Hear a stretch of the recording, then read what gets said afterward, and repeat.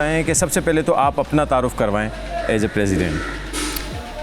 असल में जी मैं एक वैसे जद्दी पुश्ती डेयरी फार्मर हूँ, मेरा गुजर कम्युनिटी से ताल्लुक़ है और मैं एक चरवाहे का बेटा हूँ। और हम यहाँ 1965 में हमें जनरल अयूब साहब लाए थे जब यहाँ हम एक कैटल कॉलोनी बनाई गई। और मेरे वालिद साहब पाकिस्तान की सबसे पहली डेयरी फार्मर्स एसोसिएशन के फाउंडर थे और प्रेसिडेंट थे। उन्हें शहीद कर दिया गया था 1996 में, गोलियां मार दी गई थी। उसके बाद फिर मैंने दोबारा 2017 में इस एसोसिएशन की बुनियाद रखी DCFA की और इसे रजिस्टर्ड कराया और मैं मुल्क भर के किसानों की नुमाइंदगी करता हूँ।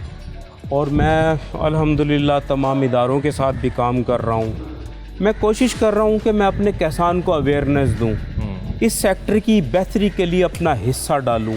मैं अपने मवेशी को जेनेटिकली इम्प्रूव करने की कोशिश करूं कि कीमतें ना बढ़ें, पैदावार बढ़े।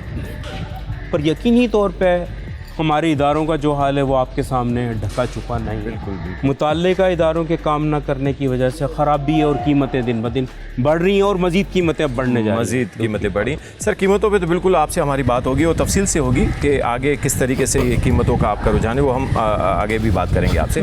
अच्छा सर, जब भी हम बात कर रहे होते हैं हमारे जहन में डेयरी फार्म आता है और जो भी बाड़े आपके सामने आते हैं, जब भैंसों की बात हो रही होती है और जो दूध का एक सिलसिला चल रहा होता है तो एकदम हमारे जहन में आता है यार सफाई किस तरीके से होगी, जो यहाँ पे जो जिस तरीके से दूध को ले जाया जाता है ये सारा एक अमल है। तो इसके बारे में मुझे थोड़ा सा बताएं। असल में जी आप ये देखते हैं कि नेशनल मीडिया पे ताज़े दूध के ख़िलाफ़ कैंपेन चंद एक फार्म दिखा के चलाई जा रही है। ऐसा ही है, ऐसा ही। आप ये देखें, आप यहाँ आए हैं यकीनी तौर पे एक पॉजिटिव अपने किसानों की शक्ल दिखाने के लिए आप आए हैं। आपने यहाँ देखा यहाँ किसी किस्म की गंदगी नहीं है। इसके लिए देखें, मैं आपको बता दूँ सिंध फूड अथॉरिटी का इसमें बड़ा अहम किरदार है। हमने अपने किसानों को अवेयरनेस दी है।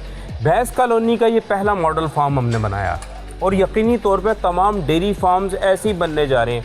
दूध की हैंडलिंग में जो मसाइल थे उन्हें भी दूर किया गया।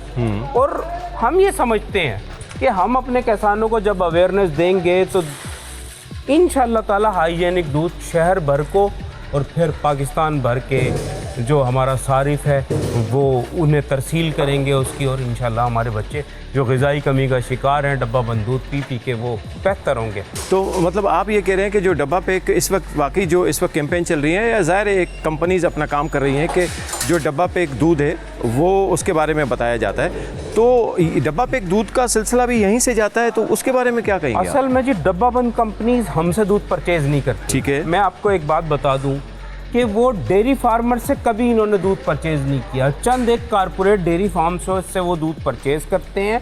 और माजी में जो मीडिया रिपोर्ट्स थी, जो साकिब निसार साहब की कोर्ट में जो चीज़ें पेश हुई, तो उसमें ये बात वाज़े हो गई कि कंपनीज ने डेयरी फार्मर्स से 5 लाख लीटर दूध ख़रीदा और 85 लाख लीटर दूध सेल्स किया। इसकी कोई जस्टिफिकेशन नहीं थी। 80 लाख लीटर दूध कहाँ से बढ़ा? एक कंपनी ने 3 लाख लीटर दूध परचेज़ किया या पैदा किया और 63 लाख लीटर दूध फ़रोख्त किया। इसकी कोई जस्टिफिकेशन नहीं थी कि 60 लाख लीटर दूध कहाँ से बढ़ा। तो यकीनी तौर पे छोटे किसान की जो तबाही है वो उससे किसान से दूध ना ख़रीदना। और इन कंपनीज़ को लाइसेंस इसलिए दिए गए थे कि वो अपने किसानों से दूध परचेज़ करें, ना कि वे पाउडर और स्किम मिल्क से दूध बना के डब्बों में बंद करके और हमारे बच्चों को ग़िज़ाई कमी का शिकार करें। बिल्कुल। लेकिन अभी जो कंपनीज़ आ रही हैं उन कंपनीज़ में तो नीचे एक मेंशन किया हुआ है कि भाई ये पीने का दूध है या ये क्रीम है। ये तो बिल्कुल एक अलग चैप्टर हो जाता है, जो कोर्ट मैटर भी हो गया और ये सारा सिलसिला हो गया। बस मेरी कोशिश ये थी कि मैं आपसे ये पूछूं, क्या इसमें ये जो डब्बा पे एक दूध होता है इसमें क्या आप लोगों का अमल शामिल होता है? जिस तरीके से आपने कहा आप शामिल नहीं है। देखें, मैं आपको एक बात बताऊँ, हम कोशिश ये कर रहे हैं जैसे कि हमने UAS यूनिवर्सिटी में अपने किसान भाइयों की, दूध के रिटेलर्स की, इनकी ट्रेनिंग्स कराई हैं मुल्क भर के किसानों की। ज़बरदस्त। हम कोशिश कर रहे हैं कि हम अपने किसान भाई को, डेयरी फार्मर को एंड यूज़र तक पहुंचा दें। दूध की वैल्यू एडिशन हम करें। जैसे कि डब्बा बंद कंपनियां डब्बे में पैक कर रही हैं, हम पाउच में पैक करके हाइजेनिक दूध सप्लाई कोल्ड चेन के साथ हम शहरियों को तरसील करें। मतलब आप ये चाह रहे हैं कि यही दूध इसी तरीके से ही फ्रेश दूध जो है डब्बे के ज़रिए या इस किसी एक पैकिंग के ज़रिए, पाउच के ज़रिए पास्चराइज और अनपास्चराइज दोनों चिल्ड करके ताकि उसमें बैक्टीरिया की ग्रोथ रुक जाए, हम शहरियों तक तरसील करें। और इस पर काम होने जा रहा है, इस पे काम होने जा सिंध रहा है। फूड अथॉरिटी भी काम कर रही है, हम भी, और पंजाब फूड अथॉरिटी भी उस पर काम कर रही है, और मिनिमम पास्चराइज एक्ट लागू हो चुका है। ज़बरदस्त। अच्छा सर, ये जिस फार्म पे इस वक्त हम खड़े हुए हैं, डेयरी फार्म पे, ये तो माशाल्लाह बहुत मुझे बेहतर और साफ़ सुथरा दिख रहा है। तो आपको क्या लगता है बहुत जल्द जो है ये सारा सिस्टम इसी तरीके से बेहतर हो जाएगा? इंशाअल्लाह ताला जी, ये तमाम डेयरी फार्म्स इंशाअल्लाह आप देखेंगे इसी किस्म की शक्ल होगी उनकी। और तमाम जो यकीनी तौर पर दूध की हैंडलिंग में जो मसाइल थे, ज़ाब्ता अखलाक हमें सिंध फूड अथॉरिटी की जानिब से दिया गया था, उसे हमने फॉलो किया है और चीज़ों को बेहतर किया है। उसकी मिसाल ये आपके सामने है। बिल्कुल बिल्कुल। ये जब